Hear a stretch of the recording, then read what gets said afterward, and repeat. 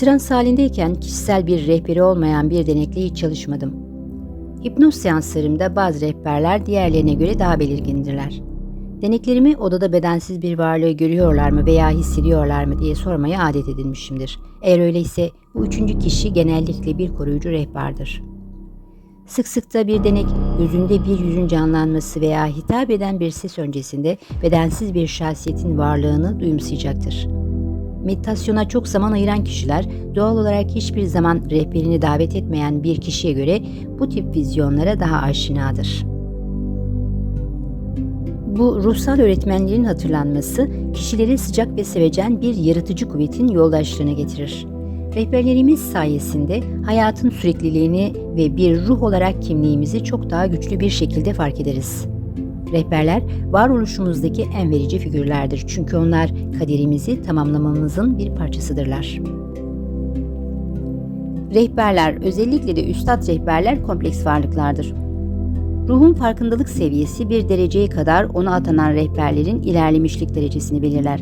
Esasında belirli bir rehberin olgunluğunun bu öğretmenlerin yönetimleri altında yalnızca tek bir talebe mi yoksa birçokları mı olduğu ile ilgisi vardır. Kıdemli ve daha üst derecedeki rehberler genellikle ruh dünyasında ve yeryüzünde bütün bir ruhlar grubuyla çalışırlar.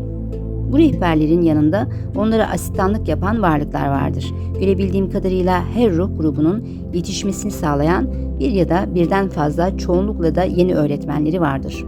Sonuç olarak bazı kişilerin onlara yardımcı olan birden fazla rehberleri vardır. Deneklerimin rehberlerini taktığı isimler sıradan ve komikten tuhaf ve kulağa yabancı gelen kelimelere kadar değişmektedir. Sık sık bu isimlerin bir öğretmenin bir öğrenciyle birlikte geçirdiği özgün bir geçmiş hayata uzandığı bulgulanabilir. Bazı denekler rehberlerinin isimlerini sözlü olarak söyleyemezler. Çünkü o sesi çıkaramazlar. Hatta hipnoz sırasında onları net bir şekilde gördükleri zaman bile. Bu kişilere kendilerine belli bir rehber atanmasının amacının anlamının onların ismine sahip olmaktan çok daha önemli olduğunu söylerim. Bir denek rehberi için sadece yönetici, danışman, amir ya da dostum gibi genel bir isim de kullanabilir. Dost kelimesinin nasıl yorumlandığına dikkat etmek gerekir. Genellikle transtaki bir kişi ruhsal bir dosttan söz ettiği zaman bir rehberi değil, bir ruh eşini ya da emsal grup arkadaşını kasteder.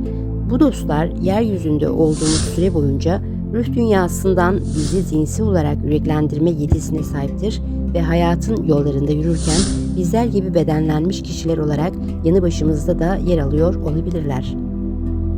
Deneklerimi tedavinin en önemli yönlerinden birisi, rehberlerinin hayatlarında oynadığı rolü bilinçli seviyede değerlendirmelerine yardımcı olmaktır. Bu öğretmen varlıklar hepimizi maharetli tekniklerle yetiştirirler. Kendimize ait olduğunu ileri sürdüğümüz fikirler bizimle ilgilenen bir rehber tarafından üretilmiş olabilir. Ayrıca rehberler hayatımızın yorucu dönemlerinde, özellikle çocukluğumuzda teselliye ihtiyaç duyduğumuz zamanlarda bizi rahatlatırlar. Bir deneyin bu hayatında rehberini ne zaman görmeye başladığını sormam üzerine verdiği hoş yanıtı hatırlıyorum. Gündüz hayallere daldığım sırada demiştim. Okuldaki ilk günümde gerçekten korku içinde olduğum sırada rehberimin benimle birlikte olduğunu hatırlıyorum. Beni yalnız bırakmamak için sırada yanıma oturmuştu ve korktuğumdan dolayı öğretmene tuvaletin yerini soramayıp zor duruma düştüğüm sırada bana yolu göstermişti. Kişileşmiş ruhsal varlıklar kavramı en eski çağlara, düşünen insan varlıkları olarak en erken kökenlerimize kadar uzanır. Prehistorik yerleşimlerde yürütülen antropolojik çalışmalar bu kişilerin totemik sembollerinin bireysel korunmayı davet etmeye yönelik olduğunu önermektedir. Daha sonraları 500 yıl kadar önce şehir devletlerinin ortaya çıkmasıyla birlikte resmi tanrılar eyalet dinleriyle özdeşleştirildi. Bu tanrılar daha uzaktı ve hatta korku üretiyorlardı. Böylece kişi özel tanrılar ve aile tanrıları kişilerin gündelik hayatlarında koruyucu olarak büyük bir önem kazandılar. Kişisel ruh tanrısı her birey veya aile için bir koruyucu melek görevi görüyordu ve bir kriz esnasında ilahi yardım yeri olarak başvurulabiliyordu. Bu gelenek bazı kültürlerde günümüze kadar taşınmıştır.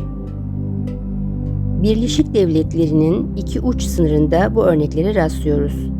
Aumakua, Hawaiiler için bireysel tanrıdır. Polinezyalılar bir kişinin ölmüş atalarının hayattaki aile üyeleri için kişiye özel tanrı görevini üstlendiklerine inanırlar. İnsan, hayvan ve balık olarak. Vizyonlarla ve rüyalarla Aumakua bir bireye yardım edebilir veya onu azarlayabilir. Amerika'nın kuzeydoğusunda yaşayan Iroquois'liler, bir insanın Orenda isimli içsel, ruhsal kuvvetine ve bunun da daha yüksek bir Orenda ruhuna bağlı olduğuna inanırlar. Bu koruyucu, bireye yönelen zarar verici ve kötü kuvvetlere karşı direnmeye muktedirdir. Rehber olarak işlev yapan ruh gözeticiler kavramı, Amerika yerli kültürlerinin pek çoğunun inanç sistemlerinin bir parçasını oluşturur. Güneybatıda yaşayan Zuni kabilelerinin mitolojilerinde bireysel mevcudiyet sahibi tanrı benzeri varlıklarla ilgili sözlü gelenekler vardır. Bunlara hayat yollarının yapıcıları ve taşıyıcıları denir ve ruhların esenliğini üstlendikleri kabul edilir. Ayrıca dünyanın her tarafında Tanrı'nın dışında kendi lehlerine araya girip bireysel olarak onları kollayan, birilerine inanan başka kültürler de vardır. İnsanların her zaman yüce bir Tanrı'nın altında yakın çevrelerindeki ruhsal güçleri resimleyen antropomorfik figürlere ihtiyaç duyduğu düşüncesindeyim. Kişiler dua ettikleri veya meditasyon yaptıkları zaman esin almada tanışıklık kurdukları bir varlığa ulaşmak istemektedirler. İnsan zihninde net bir şekilde tanınabilen bir figürden yardım dilemek daha kolaydır. En tepedeki Yüce Tanrı'yı imgelemede ise bir yeteneksizlik söz konusudur ki pek çok kişinin direkt bağlantısını engellemektedir. Ayrıca dinsel tercihleri ve iman dereceleri ne olursa olsun, insanlar eğer yüce bir Tanrı varsa, bu Tanrılığın bizim bireysel problemlerimizle tek tek uğraşamayacak kadar meşgul olduğu hissine kapılmaktadır. Kişiler sık sık olarak Tanrı'yla direkt bir birliktelik için böyle bir liyakata sahip olmadıklarını ifade etmektedirler. Bunun sonucu olarak dünyanın bütün büyük dinleri Tanrı'yla aramızdaki aracılık vazifesini görmek üzere yeryüzünde yaşayan peygamberleri kullanmıştır. Muhtemelen bu peygamberlerden bazılarının bizzat kendilerinin de ilahi statüye yükseltilmelerinden dolayı artık onlar da yeterince bireysel değildir. Bunu söylerken tüm büyük peygamberlerin izleyicileri üzerindeki hayati ruhsal etkilerini aza indirgiyor değilim. Milyonlarca insan geçmiş tarihimizde yeryüzünde peygamber olarak bedenlenen bu güçlü ruhların öğretilerinden yarar sağlamaktadır. Ama bununla beraber insanlar kalplerinde bilmektedirler ki her zamanda bildikleri gibi birisi kişilerine özel bireysel bir varlık vardır ve ulaşmaya hazırdır. Rehberlerin aşırı dindar kişilere inanç sistemlerindeki şahsiyetler olarak göründüğüne dair bir teorim var. Bir keresinde ulusal bir televizyon kanalında inançlarına sıkı sıkıya bağlı bir Hristiyan ailenin ölüme yakın deneyim geçiren ve İsa'yı gördüğünü söyleyen kızları ele alınmıştı. Ne gördüğünü çizmesi istendiğinde küçük kız bir ışık halesi içinde duran hatları belirsiz bir mavi adam figürü çizmişti. Deneklerim bana yaşam sırasında ruhsal rehberlere ne çok bağımlı olduklarını ve onlardan ne çok fayda sağladıklarını göstermiştir. Bu süreçte inandım ki bizler direkt onların sorumluluğu altındayız, Tanrı'nın değil. Bu yetişmiş öğretmenler binlerce dünya yılı boyunca sayısız yaşamlarımız sırasında, öncesinde ve sonrasında deneyimlerimizde yardımcı olmak üzere bizden ayrılmazlar.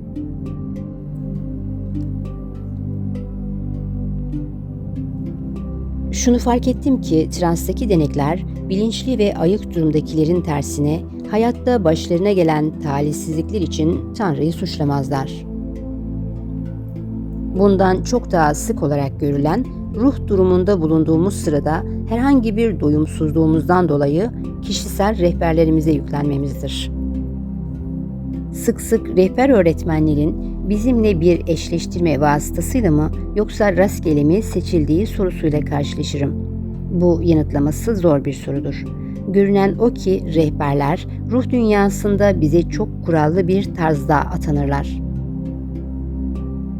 Gözlemleme vasıtasıyla bireysel öğretim stillerinin ve idari tekniklerinin geçici olmayan ruh kimliğimizi desteklediğine ve onunla güzel bir şekilde entegre olduğuna inandım. Örneğin geçmiş hayatlarında özellikle zor, negatif niteliklerin üstesinden gelme mücadelesi vermiş daha genç rehberlerin aynı davranış kalıplarına sahip ruhlara atanması ile ilgili ifadeleri dinledim. Bu empatik rehberlerin atandıkları görevde ne ölçüde pozitif bir değişiklik meydana çıkardıklarına bağlı olarak derecelendirildikleri anlaşılmaktadır. Bütün rehberler öğrencilerine şefkatle bağlıdır. Fakat öğretim yaklaşımları çeşitlilik gösterir. Bazı rehberlerin yeryüzündeki öğrencilerine ara vermeksizin yardım ettiğini, bazılarının ise sorumlulukları altındakileri açıkça hemen hiç yüreklendirmeksizin derslerini uygulamalarını talep ettiklerini gördüm. Elbette ruhun olgunluk derecesi burada önemli bir etmendir. Mezuniyet aşamasına gelen öğrenciler kuşkusuz acemilerden daha az yardım görmektedirler. Gelişim düzeyinin dışında kişisel isteğin yoğunluğunun bir kişinin rehberinin bir hayat sırasında devreye girme sıklığında ve alınan yardımın formunda rol oynadığını düşünüyorum. Atanmalardaki cinsiyet faktörüne gelirsek, deneklerin kadın veya erkek olmasıyla rehberlerin kadın veya erkek görünümünde olması arasında tutarlı bir karşılıklı ilişki olduğuna dair bir bulguya rastlamadım. Bütün olarak bakıldığında kişiler rehberlerinin çizdiği cinsiyet portresini oldukça doğal kabul etmektedirler. Neden olarak belirli öğrenci ve öğretmenler arasında belirli bir cinsiyetin diğerinden daha etkin olduğunu varsaymak yerine kişilerin çağlar süren göreli zaman içinde rehberlerini erkek veya kadın olarak görmeye alıştıkları düşüncesi tartışılır. Bazı rehberler kendilerini karışık cinsiyetlerde gösterirler ki bu da ruhların gerçekten cinsiyetsiz olduğuna destek vermektedir. Bir deneyim şöyle anlatmıştı. Benim rehberim bazen Alexis, bazen Alex'tir. Tavsiyelerimi hangi cinsten alma ihtiyacında olduğuma bağlı olarak her iki cinse de girer çıkar. Verilerden çıkarabildiğim kadarıyla öğretmenin seçilmesi yöntemi ruh dünyasında dikkatle idare edilmektedir. Her insanın ruh olarak ilk yaratıldığı andan itibaren ruhuna atanmış en az bir kıdemli bir de daha yüksek üstad rehberi vardır. Çoğumuz varoluşumuzun daha ileriki bir zamanında bir önceki bölümde gördüğümüz Carla gibi ikinci derecedeki bir rehbere sahip oluruz. Daha iyi bir terim bulma arzusuyla bu öğrenci öğretmenlere kıdemsiz rehberler adını verdim. Gözünü ileri dikmiş kıdemsiz rehberler, gelişimin üst orta aşamalarına doğru ilerledikçe düzey 3'ün sonlarına yaklaştıkları sırada rehberlik eğitimlerinin başlamasını bekleyebilirler. Aslında yardımcı rehberler olarak eğitimimize düzey 4'e ulaşmadan çok önce başlarız. Gelişimin daha alt aşamalarında hayat içerisinde başka kişilere dostluk gösterir ve hayatlar arasında emsal grup üyelerine danışmanlık vererek yardımcı oluruz. Kıdemli ve kıdemsiz öğretim atamaları bir vekalet sistemine benzer şekilde ruh dünyasında daha genç ruhları idari bir bünye altında toplayan üstad rehberlerin idaresini yansıtıyor gibi görünmektedir. Daha ilerlemiş ruhlara ait incelemeleri kapsayan 10 ve 11. bölümlerde rehberlik gelişim sürecinin nasıl işlediğine dair örnekler göreceğiz. Bütün rehberler öğreticilik yeteneği bakımından aynı derecede gelişmiş midir ve bu ruh dünyasına atandığımız grubun hacmini etkiler mi? Şimdi bu soruyu benimle tartışan deneyimli bir ruhun dosyasından aldığım bir pasajı izleyeceksiniz.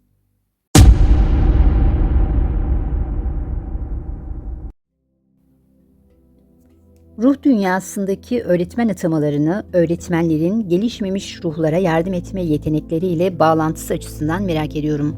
Ruhlar rehber olma yolunda ilerledikleri zaman onlara emek sarf edecekleri ruhlar mı verilir? Yalnızca daha deneyimli olanlara.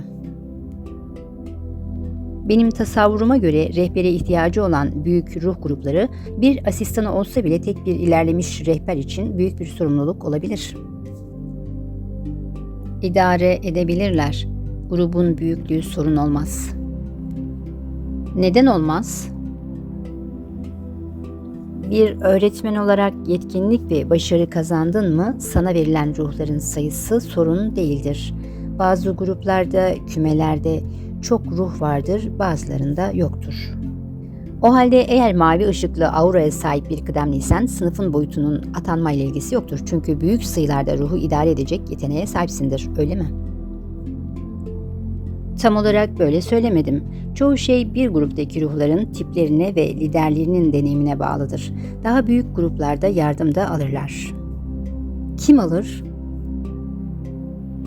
Senin kıdemliler dediğin rehberler. Peki onlara yardımı kim yapar? İdareciler, aslında asıl ileri olan onlardır.